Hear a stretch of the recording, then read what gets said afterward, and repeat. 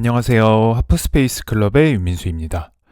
오늘 조금 다뤄볼 주제는 축구와 관련되긴 했지만 어떻게 보면 축구 이야기라기보다는 조금 다른 문화와 축구를 좀 함께 섞어서 이야기를 해보려고 하는데요.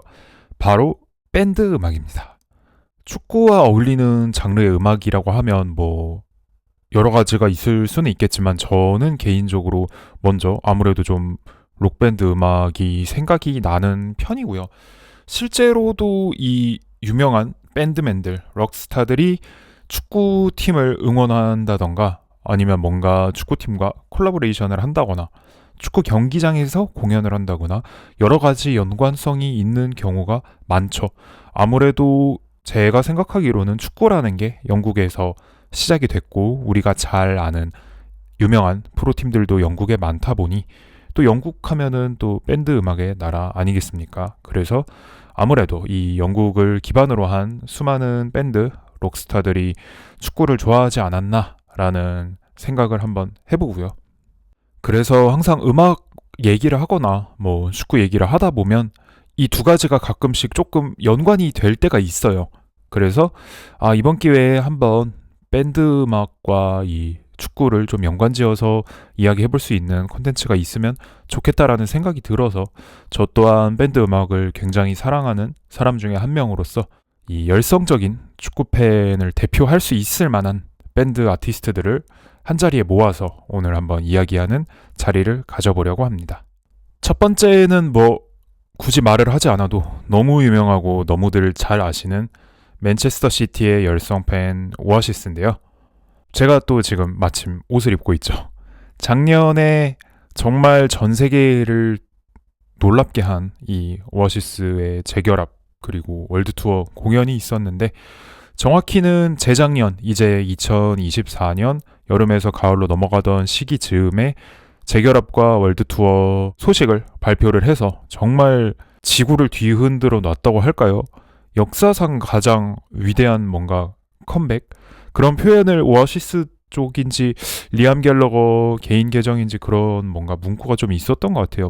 greatest comeback이라는 그런 표현을 썼는데 저도 정말 거기에 동의하는 어떻게 보면 21세기 이 음악계의 가장 놀라운 재결합 소식이 아니었나 싶습니다.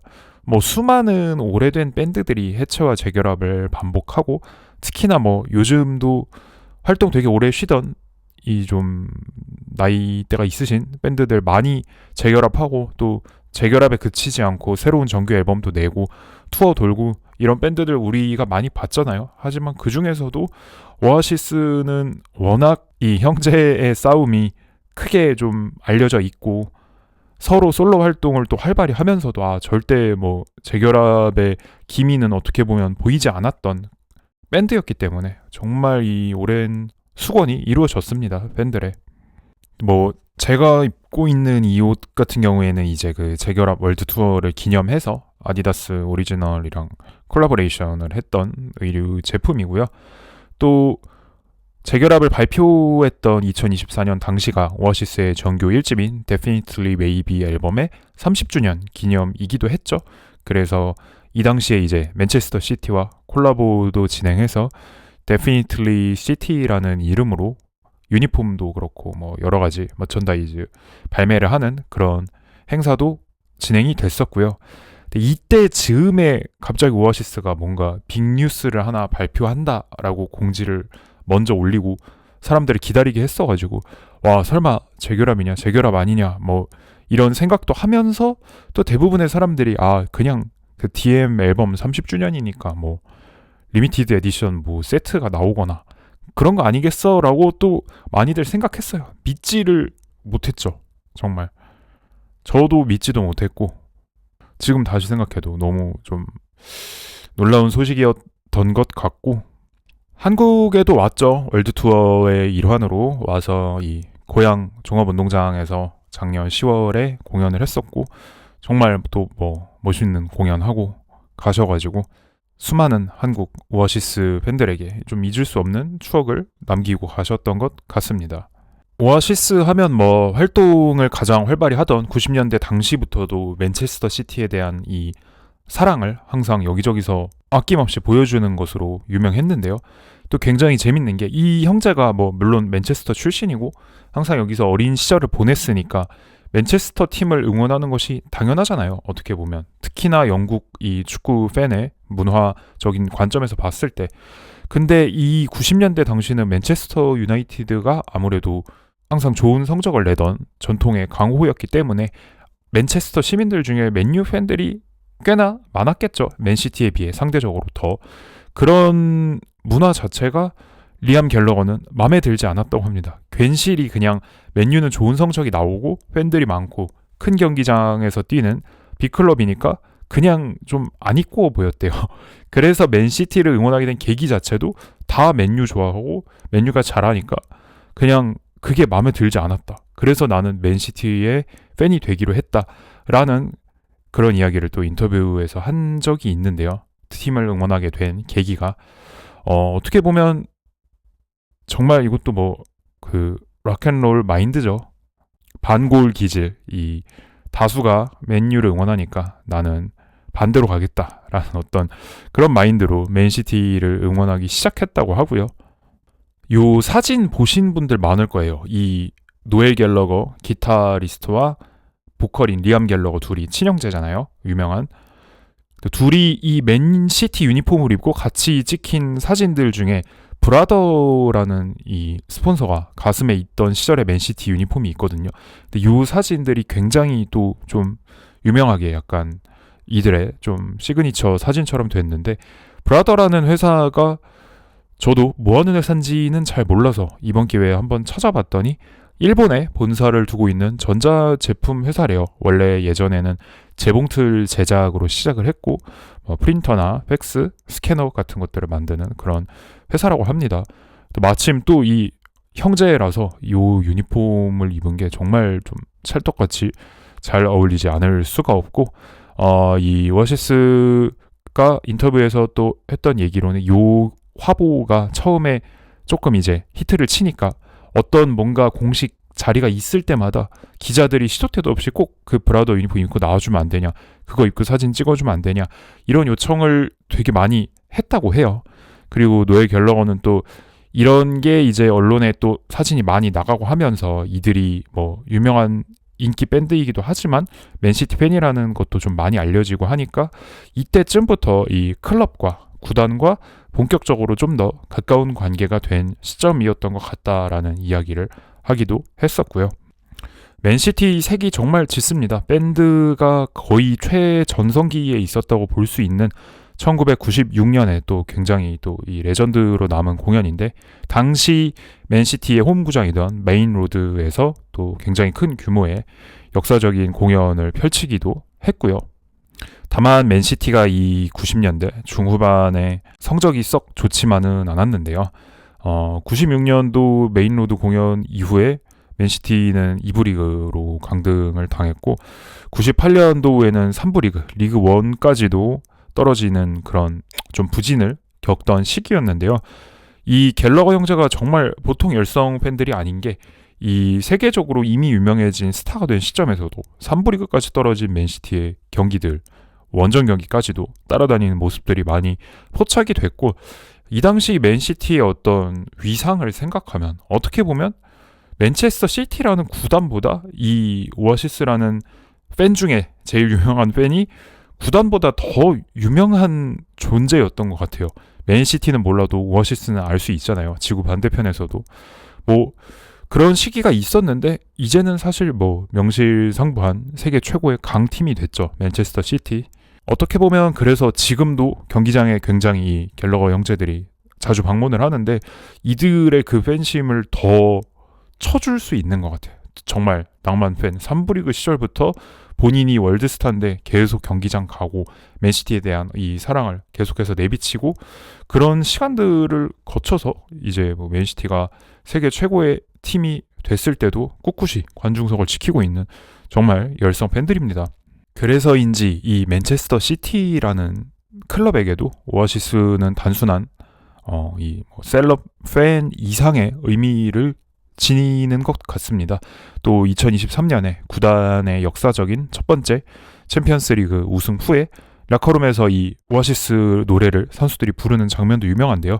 원더월을 이렇게 좀 낭만적으로 부르는 장면도 있고, 항상 뭔가 좀 구단의 중요한 행사나 이런 게 있을 때마다 이 갤러거 형제들이 나타나기도 하고, 맨시티의 감독인 또 펩 과르디올라 감독이랑도 사적으로도 좋은 친분과 또 관계를 유지하고 있는 것으로 보이고, 맨시티 선수들이랑도 항상 이 우승하고 라커룸 같은 데서 기쁘게 인사를 하고 같이 노래를 부른다거나 하는 장면들이 항상 잡히는, 맨시티 하면 떠오르는 뭐 가장 첫 번째 아티스트인 것 같습니다. 맨시티가 오아시스고 오아시스가 곧 맨시티인 어떤 그런 느낌인 것 같아요. 자, 맨체스터 시티 얘기를 했으니까 또 동네 라이벌인 맨체스터 유나이티드 얘기를 하지 않을 수가 없죠.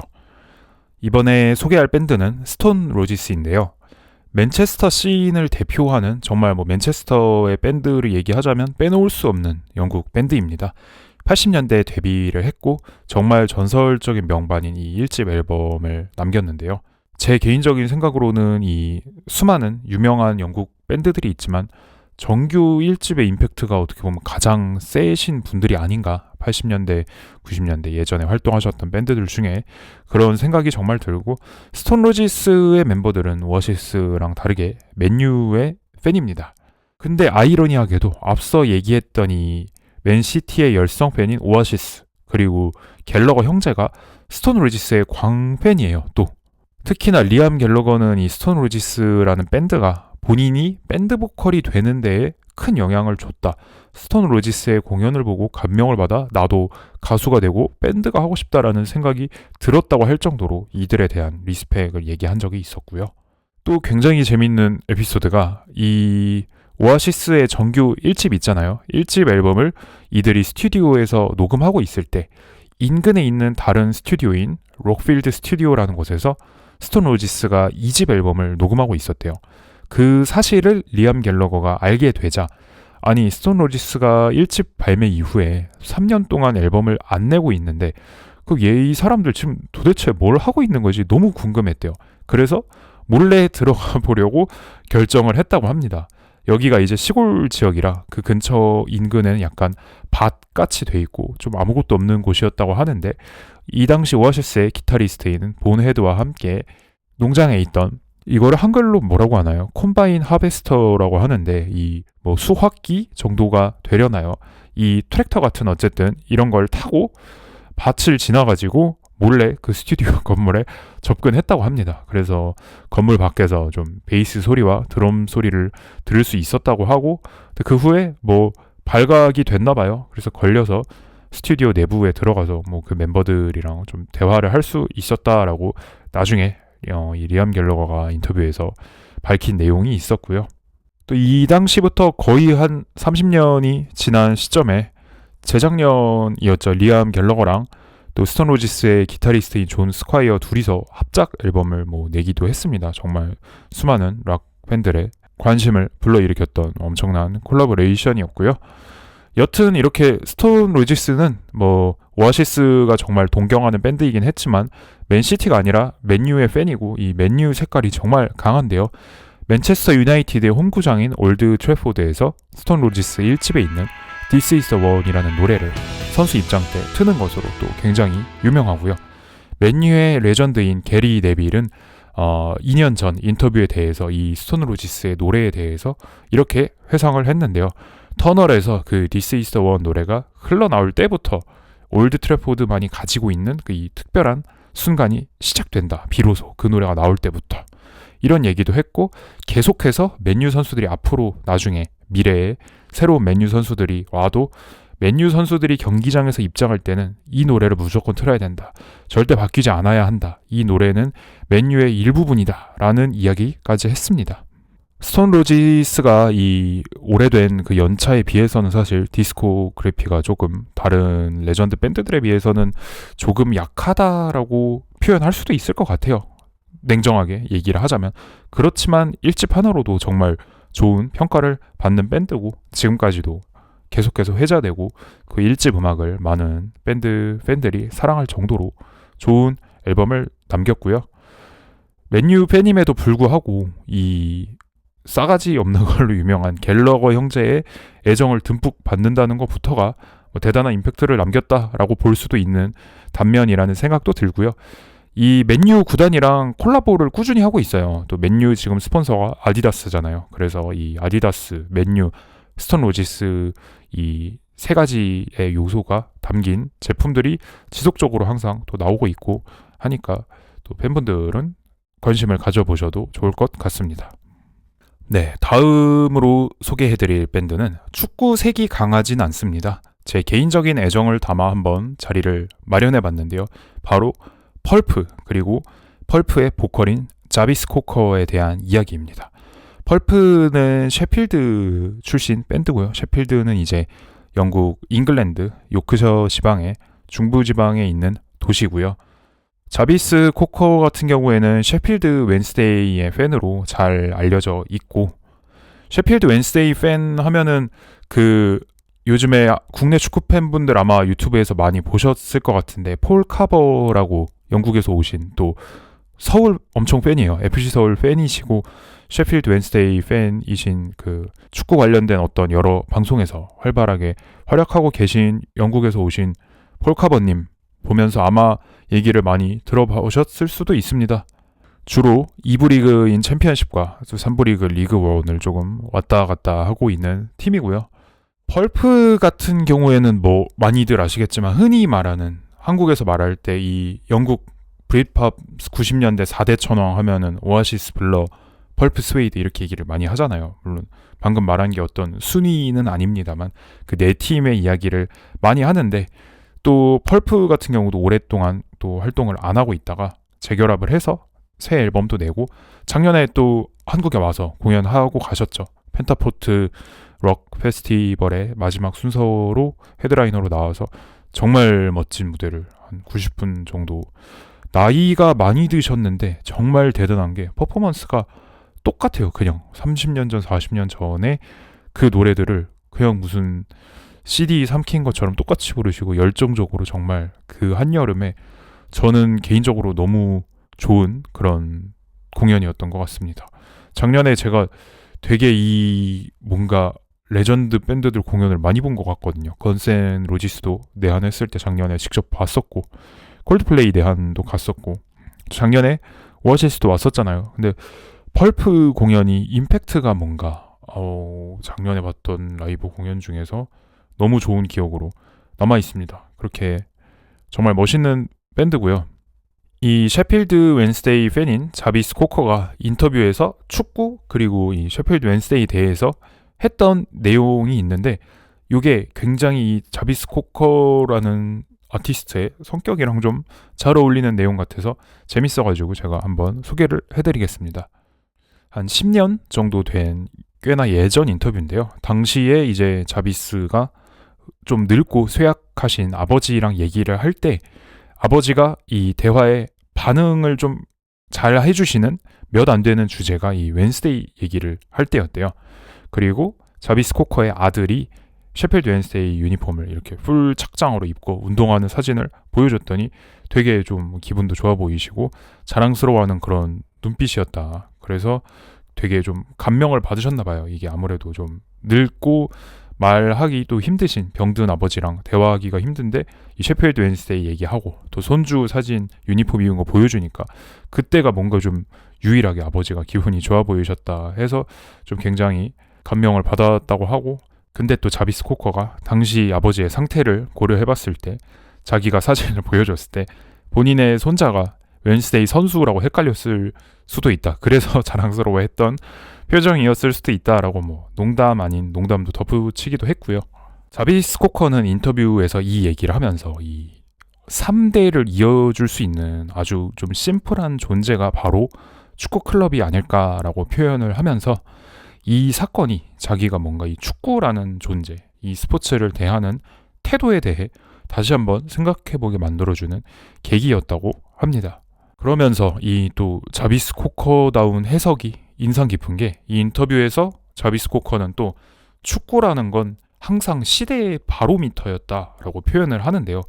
뭐 맨유 구단의 인수 작업은 현대 자본주의에 용납할 수 없는 단면을 완벽하게 보여준다라는 이야기도 했고, 레스터의 우승은 뭐 모든 것이 돈에만 국한되는 것은 아니다라는 걸 증명했다. 이런 발언들을 하면서 뭔가 좀 굉장히 자비스 코커스러운 시선이랄까요?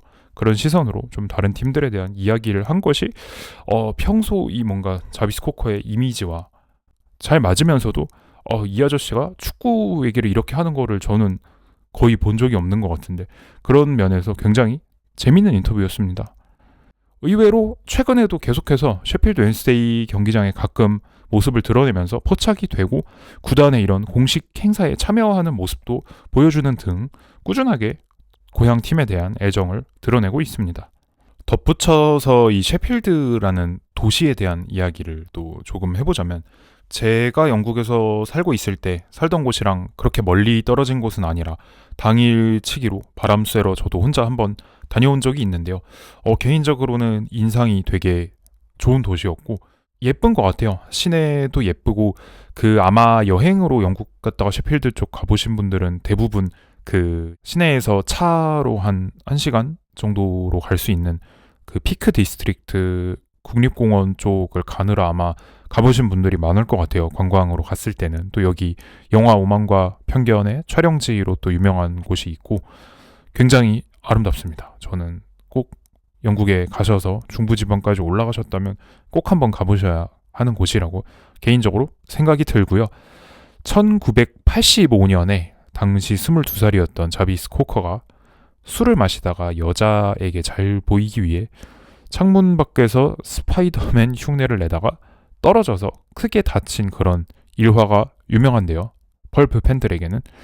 셰필드 시내에 현재는 꽃집인 이 가게 창문 보면 자비스 코커가 떨어진 곳이라고 이렇게 써있다고 하네요.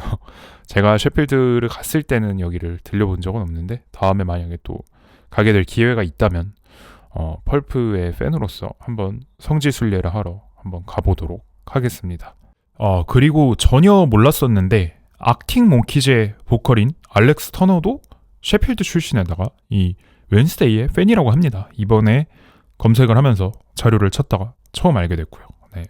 그냥 넘어가기에는 또 악팅 몽키즈 너무 유명하고 저도 개인적으로 좋아하는 밴드라 신기해서 한번 이렇게 짧게 덧붙여서 한번 언급을 해봤습니다.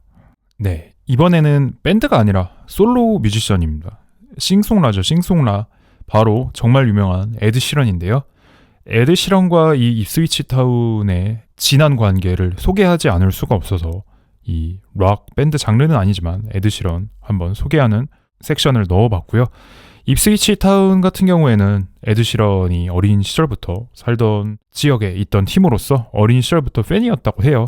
그리고 2021년부터 몇 년 동안 이 입스위치 타운 유니폼 가슴에 메인 스폰서이기도 했습니다. 에드 시런과 그의 그 앨범 투어 관련된 브랜드가 입스위치의 메인 스폰서였고요. 이때 에드 시런이 구단의 메인 스폰서가 되면서 클럽에서 등번호까지 부여를 해줬어요. 에드 시런에게. 생일이 2월 17일이라 17번을 달았고요. 그때 에드 시런이 인터뷰를 통해서 처음에 구단에서 이 의견을 제안했을 때 농담으로 하시는 소리인 줄 알았다. 근데 진짜로 선수단의 일부로서 나를 이렇게 등번호까지 주고 선수 명단에 넣어줘서 영광스럽게 생각한다 라면서 우리 팀이 꼭 승격하는 걸 보고 싶은데 내가 17번 달고 진짜 선수를 뛴다면 승격을 못할 것이다 라는 농담도 했는데요. 놀랍게도 에드 시런이 메인 스폰서로 참여한 이 다음 해, 이 당시에는 3부 리그였습니다. 리그 1이었는데 다음 해에 리그 2위로 2부 리그인 챔피언십으로 승격했고요. 그 승격한 해인 2023-24 시즌에 곧장 또 2부 리그에서 2위를 기록하며 2년 연속 다이렉트 승격이라는 놀라운 쾌거를 이루어서 프리미어리그로 정말 오랜만에 복귀를 합니다. 어떻게 보면 이 3부 리그 시절부터 구단을 응원하고 또 이렇게 메인 스폰서까지 되는 월드스타의 든든한 지원에 힘입어서 2년 연속 승격이라는 또 놀라운 어떤 쾌거를 이뤄낸 게 아닐까라는 생각도 들고요. 작년에도 이 홈경기장인 포트먼 로드에서 3일 동안 단독 공연도 진행을 했고 경기장도 계속해서 꾸준히 방문을 하면서 입스위치 타운에 대한 애정을 보여주는 중입니다. 입스위치 타운이 오랜만에 프리미어리그에 올라왔지만 아쉽게 또 곧장 강등을 당해서 지금은 2부 리그인 챔피언십에서 뛰고 있는데 현재 뭐 플레이오프 충분히 진출할 수 있는 성적을 보여주고 있어서 다시 한번 뭐 다음 시즌에도 프리미어리그 무대를 노려볼 수는 있는 상황입니다. 다음으로 소개드릴 클럽과 팀은 바로 레스터 시티입니다. 레스터 하면 정말 유명한 밴드가 또 있죠. 바로 카사비안인데요. 국내 축구 팬들한테는 아마 예전 프리미어리그 중계방송에 공식 오프닝 곡으로 쓰였던 이 파이어라는 노래로 많이 알려져 있을 거라는 생각이 듭니다. 뭐 전성기의 글라스턴베리 헤드라이너까지 설 정도고요. 영국에서 뭐 두말할 필요도 없고 전 세계적으로도 성공한 밴드죠. 레스터 출신의 밴드답게 또 멤버들이 잘 알려진 열렬한 이 레스터 시티의 서포터고요. 이 어느 정도의 네임드 팬이냐면 웸블리 스타디움에서 열렸던 FA컵 토너먼트 대진 추첨식에 추첨자로 초청이 될 정도입니다. 2010년, 11년 이 시즌 때 카사비안의 기타리스트인 서지가 추첨식에 게스트로 참여를 했는데요. 같이 참여한 다른 게스트는 무려 오아시스의 기타리스트인 노엘 갤러거였습니다. 이날 정말 재밌는 상황이 연출됐는데요. 이렇게 자료화면을 같이 보시면 레스터와 맨시티가 만났습니다. 기가 막히게도 서지가 레스터 공을 뽑았고 노엘이 바로 뒤이어 맨시티를 뽑는 이런 말도 안 되는 일이 벌어지면서 두 팀이 FA컵 토너먼트에서 만났는데요. Yes! Number 23. I do not believe that one. Number 23. 참고로 경기 결과는 레스터 홈에서 열렸던 이 3라운드 경기에서 2대2 무승부가 나왔고 이 당시엔 재경기 시스템이 아직 있었던 시절이죠. 맨시티 홈에서 열린 재경기에서 4대2로 맨시티가 승리하며 다음 라운드에 진출했습니다. 이 기타리스트 서지는 현재는 보컬까지 맡고 있는데요. 기존 보컬이던 톰 메이건이 약혼녀 폭행이라는 좀 불미스러운 사건으로 법적 처벌을 받고 사회적으로 물의를 일으키면서 밴드를 탈퇴하게 되는 그런 사고가 또 있었고요. 레스터 하면 뭐 2016년 벌써 10년이 됐는데 우승 얘기를 하지 않을 수가 없죠. 정말 전 세계 축구사의 역사에 남을 만한 그런 대단한 우승이었고 이 역사적인 우승 후에 레스터 시내에서 진행한 우승 퍼레이드에서도 카사비안이 물론 축하 무대를 장식을 했습니다. 레스터는 제가 살던 지역이라 애정이 있어서 한 팀 더 소개를 해볼게요. 또 굉장히 제가 좋아하는 밴드인데요. R&B적인 요소를 바탕으로 하는 하드라이프라는 밴드입니다. 하드라이프가 원래는 이지라이프라는 이름으로 데뷔를 했다가 좀 슬픈 사연이 있어서 하드라이프로 이름을 바꾸게 되었는데요. 이지젯이라는 영국 저가 항공사를 보유한 이지그룹에서 이 이지라는 단어로 시작하는 여러 가지 상표권을 가지고 있었는데 이런 맥락에서 밴드의 이름인 이지라이프라는 이름에 소송을 걸게 됩니다. 어떻게 보면 이름 자체로 소송을 건다는 게 솔직히 좀 억울할 수는 있잖아요. 문제는 근데 이지라이프가 본인들의 이 유럽 투어 콘서트 공식 홍보물에 이지젯 비행기를 패러디를 했어요. 로고와 함께. 그리고 홍보물에서 끝난 게 아니라 이 투어 공식 머천다이즈 티셔츠에도 이 패러디 로고를 사용함으로써 이 사건이 빌미가 되어 이지그룹을 조금 빡치게 하지 않았나라는 개인적인 생각이 들고요. 영국 법원은 이 좀 긴 소송 끝에 이지그룹의 손을 들어줍니다. 그러면서 이지라이프는 이 힘든 시간을 거쳐 하드라이프로 개명을 하게 되고요. 이름을 바꾼 뒤에도 계속해서 앨범을 내고 활발히 공연을 하면서 열심히 활동을 하고 있습니다. 레스터 출신 밴드답게 레스터 팬이고요. 물론 2021년 이 레스터 시티의 FA컵 우승 당시 첼시와의 결승전 이 BBC 매치 오브 더 데이라고 MOTD 유명한 축구 프로그램이 있죠. 여기서 또 결승전을 앞두고 특집 프로그램을 진행했었는데요. 당시에 또 레스터의 대표 팬 뮤지션으로서 출연해서 공연을 하기도 했습니다. 하드라이프 노래 중에 또 제가 제일 좋아하는 트랙이기도 하고 한 곡 추천드리고 싶은 곡이 있는데 Dead Celebrities라는 노래입니다. 여기에 또 레스터라는 도시와 레스터 시티의 우승과 관련된 가사가 숨어 있는데요. 배경을 모르면 가사를 들어도 알아채기 어려울 수도 있어서 좀 재밌는 포인트라고 생각이 듭니다. 이게 뭐 전체적인 곡의 내용이 제 생각에는 뭔가 좀 혼란스러운 이 화자가 본인의 자아를 좀 찾아 나가는 그런 과정을 그린 노래라고 생각이 드는데요. 이 노래의 1절에서는 미국 LA에 가 있던 화자인데 2절에서 이런 가사가 나옵니다. Go back to LC, walk the golden mile. Go back to LC, walk the golden mile이라고 하는데 이 LC가 레스터를 뜻하고 골든 마일이 레스터 시내 근처에 이 벨그레이브 로드라는 거리가 있는데요. 그 거리 쪽을 골든 마일이라고 부릅니다. 예로부터 귀금속 가게가 많은 곳이고 또 심지어 여기가 유럽 전역에서 가장 많은 금이 거래가 되는 그런 구역이래요. 그런 어떤 배경들로 이 동네 쪽에 애칭이 골든 마일이라고 붙어서 이런 배경을 알고 있는 상황에서 이 가사를 듣고 읽으면 뭔가 이 고향으로 돌아와서 벨그레이브 로드 쪽에 레스터 시내를 거니는 이 어떤 보컬의 모습을 상상해 볼 수가 있고요. 뭐 성공과 실패, 삶과 죽음 이런 주제에 대해서 계속 되뇌이던 화자가 이 2016년 2016 It Happens Sometimes라는 가사를 뱉는데요. It's 2016, it happens sometimes. 2016이라는 숫자는 사실 뭐 레스터 팬들에게는 거의 고유명사죠. 그냥 레스터 시티의 우승이라는 표현입니다. 2016년과 같은 기적 같은 일도 가끔씩은 뭐 일어난다. 이런 식으로 뭐 가사를 한번 이 정도로 해석을 해볼 수가 있을 것 같습니다. 약간 이렇게 말하고 나니까 뭔가 학생 때 언어 영역 이런 데서 문학 작품 해석하는 그런 좀 꿈보다 해몽 느낌도 좀 들긴 하는데 여튼 레스터를 대표하는 이 기성세대 밴드 카사비안부터 신세대 하드라이프의 이야기까지 한번 해봤습니다. 다음으로 소개할 뮤지션은 이 아스톤 빌라 그리고 오지 오스본인데요. 얘기를 안 하고 넘어갈 수가 없죠. 헤비메탈의 아버지죠. 오지 오스본은 해버지라고 할 수가 있는데요. 버밍엄 출신이고 이 블랙 사바스라는 밴드로 데뷔를 해서 나중에는 솔로로도 계속해서 성공적인 활동을 했고 지역 클럽인 이 아스톤 빌라의 오랜 팬이었습니다. 이 빌라 팬들이 작년 챔피언스리그 경기에서 오지 오스본의 T4 퍼포먼스를 할 정도로 어떤 이 구단과 버밍엄이라는 도시를 상징하는 전설적인 인물이자 빌라의 열성 팬인데요. 정말 오래 음악을 하셨죠. 2022년까지도 앨범을 냈고요. 이후에는 이 파킨슨 병을 비롯해 여러 가지 건강 악화로 더 이상 활동을 하지 않고 있었는데요. 작년이죠. 2025년 7월 이 아스톤 빌라의 홈경기장인 빌라파크에서 본인 인생의 마지막 공연을 선언하고 콘서트를 엽니다.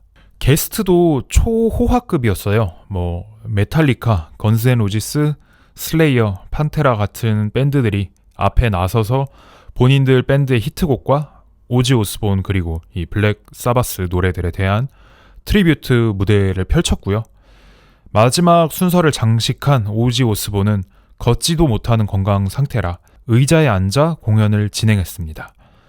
마치 헤비메탈의 왕좌 같은 이 멋진 의자에 앉아서 본인의 솔로곡들을 포함해 블랙 사바스 원년 멤버들과 함께 감동적이고 역사적인 마지막 공연을 펼쳤고요.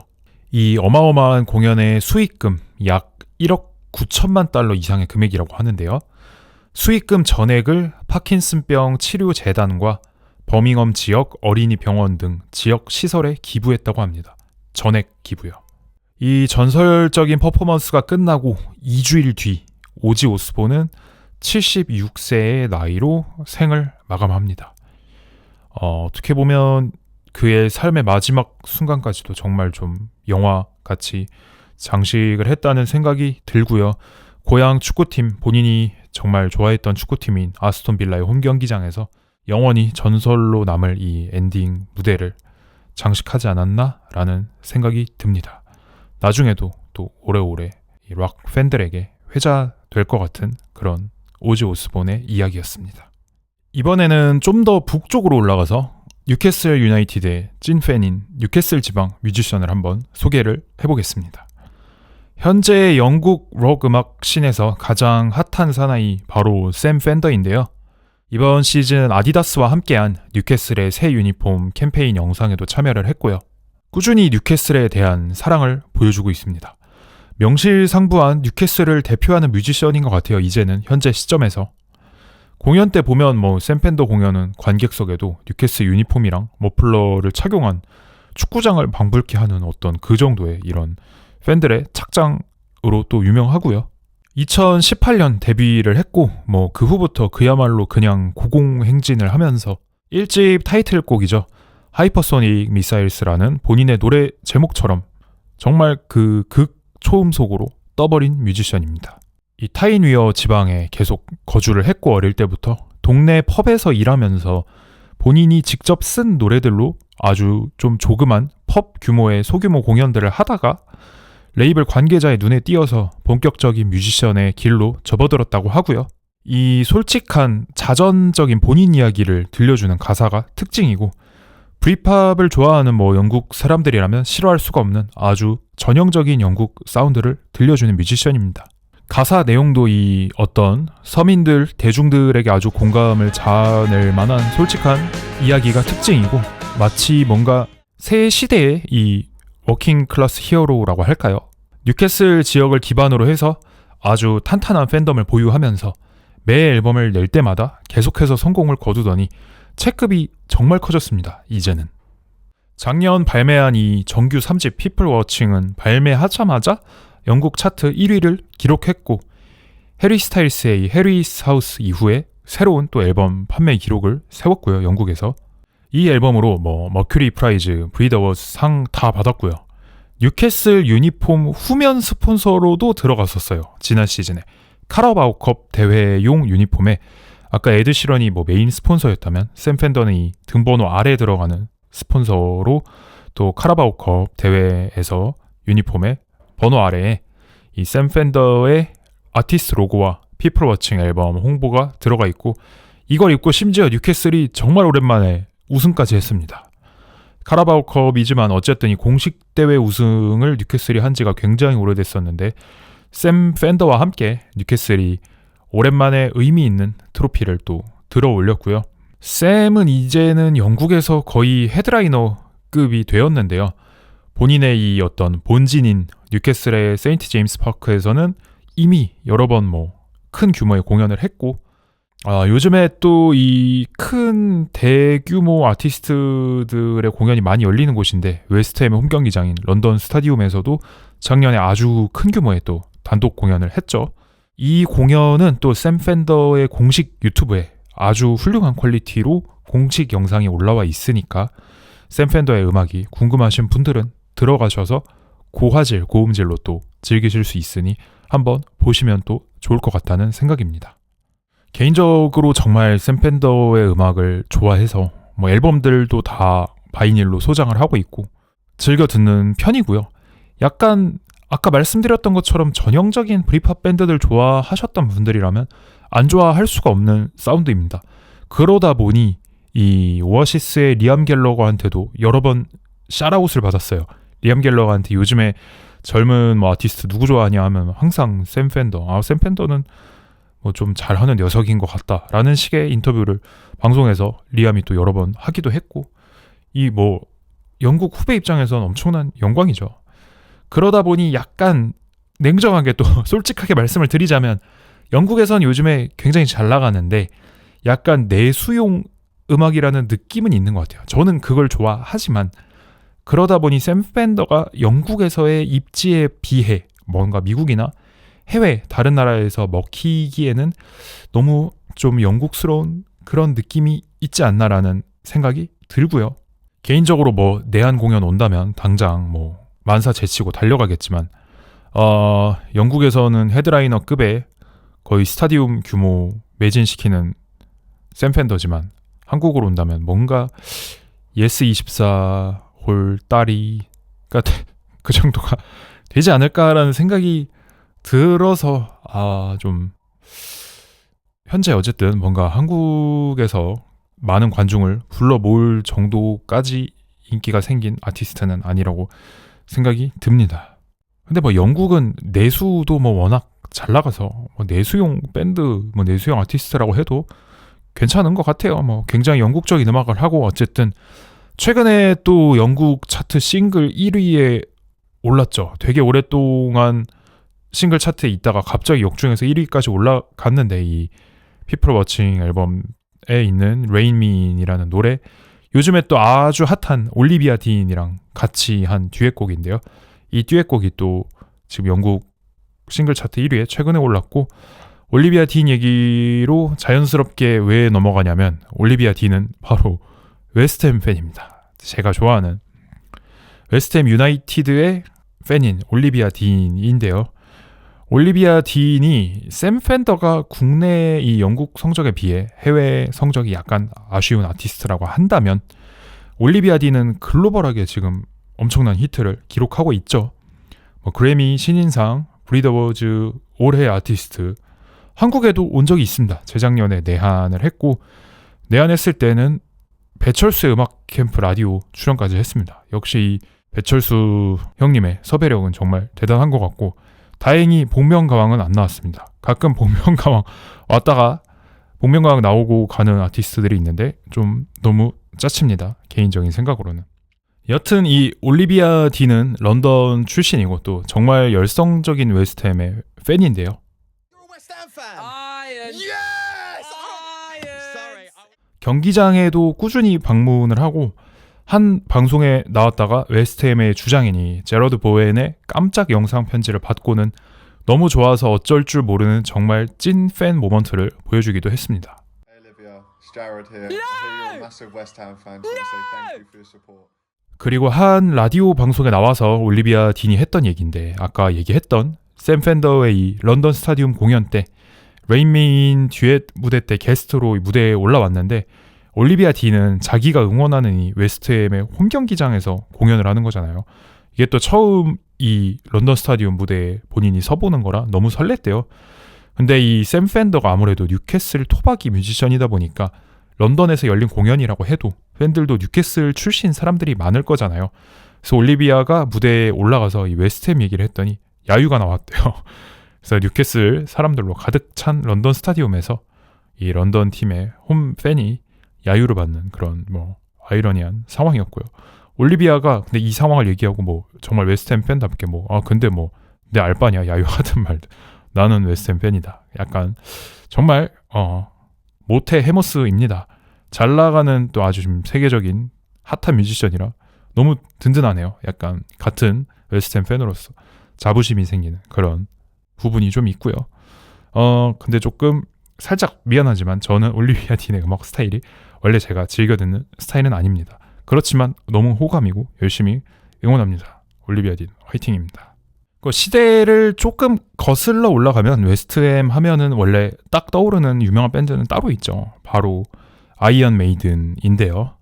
런던에서 결성돼 80년대 이 헤비메탈 씬을 휩쓴 밴드고요. 이 밴드의 메인 송라이터이자 베이시스트인 스티브 해리스가 웨스트햄의 엄청난 광팬입니다. 본인이 직접 이 웨스트햄 테마로 커스터마이즈한 펜더 프레시전 베이스를 쓰는 걸로 유명하고요. 이 시그니처 모델이 계속 또 제품으로 나오고 있습니다. 펜더에서. 그리고 뭐 구단과의 머천다이즈 콜라보레이션도 꾸준히 하고 있죠. 작년에는 밴드의 50주년을 기념하는 이 상품이 웨스트햄과의 콜라보 유니폼으로 또 출시가 됐었고요. 개인적으로 음악도 웨스트햄의 이미지랑 너무 잘 어울리고 웨스트햄의 애칭이 또 아이언스잖아요. 밴드 이름도 또 아이언이 들어가기 때문에 여러모로 좀 찰떡 같은 그런 조합이 아닌가 생각이 들고요. 작년에도 이 런던 스타디움에서 무려 7만 명이 넘는 어마어마한 관객 규모의 단독 공연을 또 성공적으로 마쳤고요.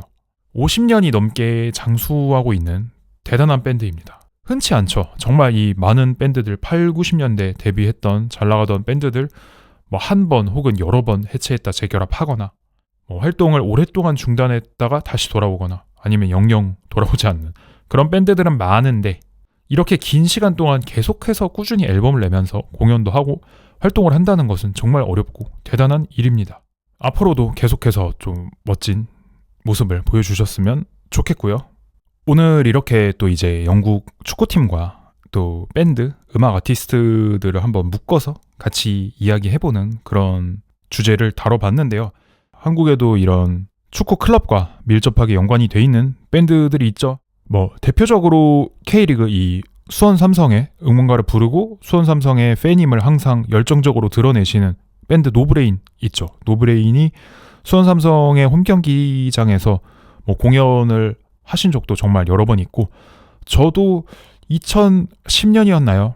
FC 서울 팬으로서 원정 팬으로 경기장에 갔다가 하프타임에 또 정말 멋있게 공연하고 수원 응원가를 부르는 노브레인의 모습을 보면서 뭔가 제가 이 응원하는 우리 FC 서울도 저렇게 뭔가 팀 응원가를 부르는 밴드가 하나 있어가지고 대표적인 어떤 그런 오아시스, 맨시티 이런 것처럼 그런 또 밴드가 서울도 있으면 좋겠다라는 생각을 여러 번 했었어요. 또 서울 팬이기도 하고 밴드 음악을 좋아하는 사람으로서 또 제가 FC 서울에서 직원으로 일을 할 때 또 비슷한 그런 기회를 얻어서 이 응원가 프로젝트를 한번 만든 적은 있었죠. 나상현 씨 밴드라는 국내 밴드와 또 로컬 밴드와 협업을 해서 FC 서울 응원가를 또 만들고 뮤직비디오 제작을 했던 그런 프로젝트를 진행을 했었는데 제가 5년 넘게 FC 서울에서 직원으로 일하면서 가장 뭔가 즐겁고 행복했던 기억 중에 하나였습니다. 그 뮤직비디오 디렉팅을 하는데 처음에 그거를 짜가지고 진짜 뭔가 한 줄 한 줄 엄청 자세하게 해서 막 했어요. 짰어요. 그 콘티를. 나중에 딱 다 영상 나왔을 때 너무 뿌듯하더라고요.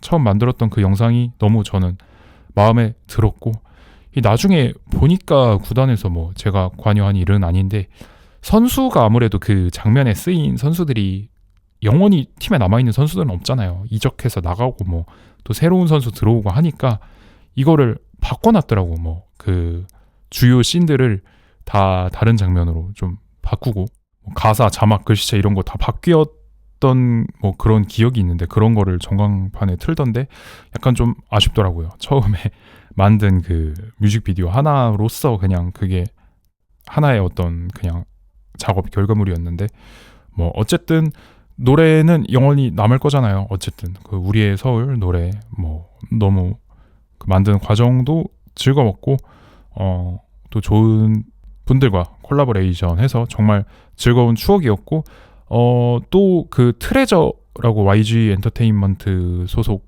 아이돌 그룹이 있는데 최현석 님이라는 그 멤버 한 분이 엄청난 FC 서울에 또 팬이셔가지고 여러 번 약간 이 왔다 갔다 조금 YG 쪽이랑 교감을 하다가 또 섭외부터 해서 트레저 멤버 전체는 아니었고 그 랩 유닛 그룹이 따로 있으세요. 그래서 그분들이 경기장에 와가지고 공연을 했던 그런 또 콜라보도 기획을 했었는데 그 당시에도 약간 이런 게 다 너무 즐거웠던 것 같아요. 저는 일할 때 제가 좋아하는 거 재밌는 거 엮어서 하면은 즐겁잖아요. 막 힘든지도 모르고 그래서 트레저랑 이 나시밴이랑 같이 엮어서 뭔가 했던 것들 정말 즐겁고 재밌었던 기억이에요.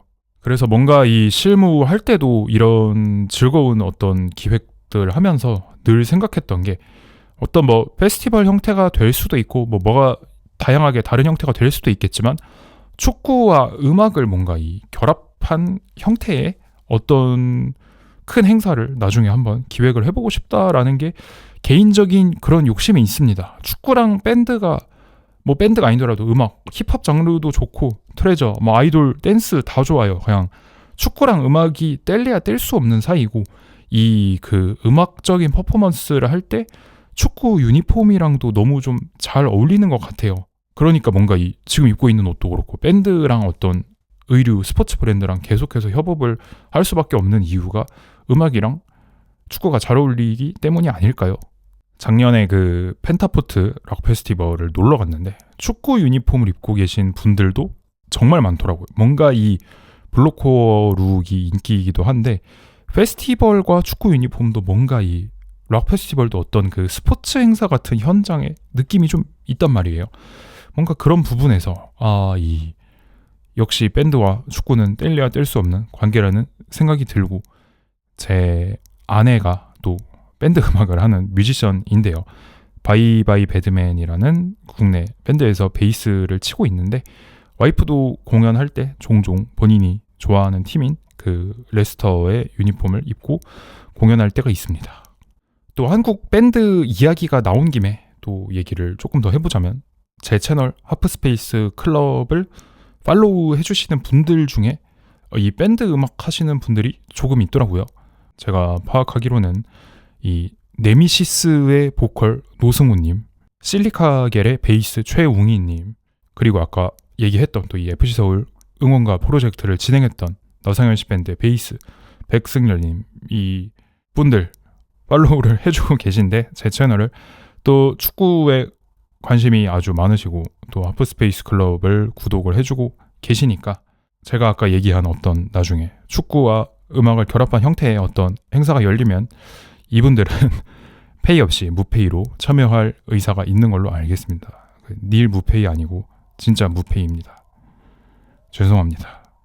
오늘 이렇게 또 축구와 음악을 결합해서 이야기를 한번 들려드려 봤는데요. 이만 이쯤에서 오늘 순서는 마치면서 다음 시간에도 또 축구계 하프스페이스에서 일어나는 재밌는 이야기들로 찾아뵙도록 하겠습니다. 들어주셔서 감사드리고 재밌게 영상 보셨다면 댓글로 다양한 의견 언제든지 환영이고요. 구독도 눌러주시면 감사하겠습니다.